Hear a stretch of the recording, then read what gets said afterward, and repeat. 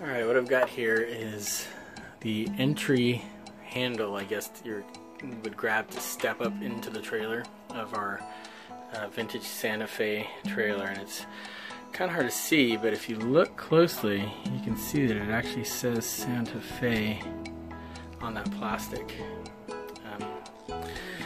So what I wanted to do was to make it illuminated in the back, so that at night, if you didn't have your big lights on, at least the handle would be illuminated. So I had the idea.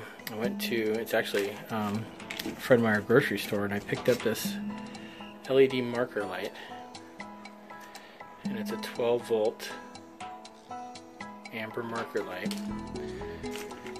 and it just so happens that it fits amazingly well in this little cradle that is inside of the handle. And it's almost a perfect fit. So I decided to take some plumber's tape, just ordinary plumber's tape, cut a small piece off with my snips. So this is what it ended up looking like. Just with the small holes on the outside, big hole in the center. Kind of put a bend in it to make a cradle so that when it's here, it'll kind of hug that marker light. So let me get it installed here and I'll come back to you. Alright, I'm going to try to do this one-handed, we'll see how it goes. So I just set the light in there. It's just kind of set in there in the cradle. I shouldn't have touched it.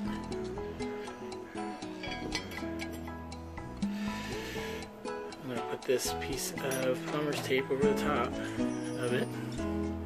And then I'm going to put I just found a couple wood screws I had laying around. There didn't seem to be any threads inside of this housing. It didn't look like there were, so I'm just going to use these wood screws.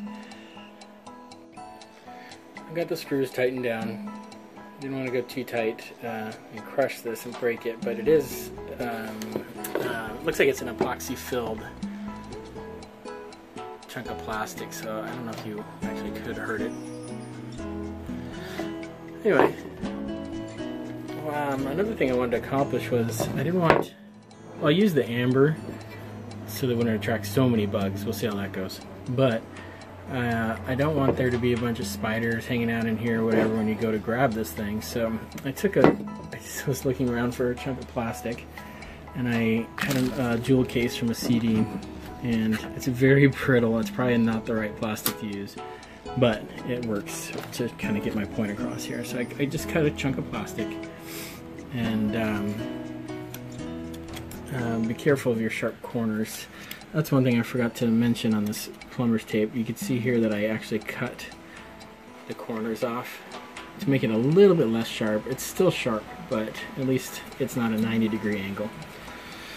So I got my piece of plastic here, and if you see in this housing, there are these slots here and here. So I just see if this piece of plastic will fit in there. I'm just going to go down like this, and basically it's not to keep water out, because I mean it doesn't matter if this LED gets wet anyway, but it's just so the bugs aren't, you know, the spider's not building the web right here when you reach in there to grab that handle, and spiders hanging out there. So let me go hook it up to some power and in a dark spot, and you can see how it works. I've got this rigged up to a power supply that I have in my shed. Okay, so what I'm going to do is hopefully not arc this out, and I'm just going to put it up against this cabinet so you can kind of see how much light it produces. And hopefully we don't arc out. Alright, so imagine that it would have a seal here, so the light obviously wouldn't be coming out around that edge, but this is you walking up to your RV or your travel trailer at night, and you got this nice amber light down here to show you where the handle is. I think that's going to work out pretty cool.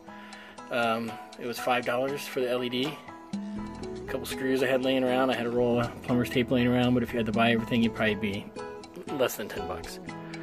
Turned out pretty good. Let's see if we can get a front view of it.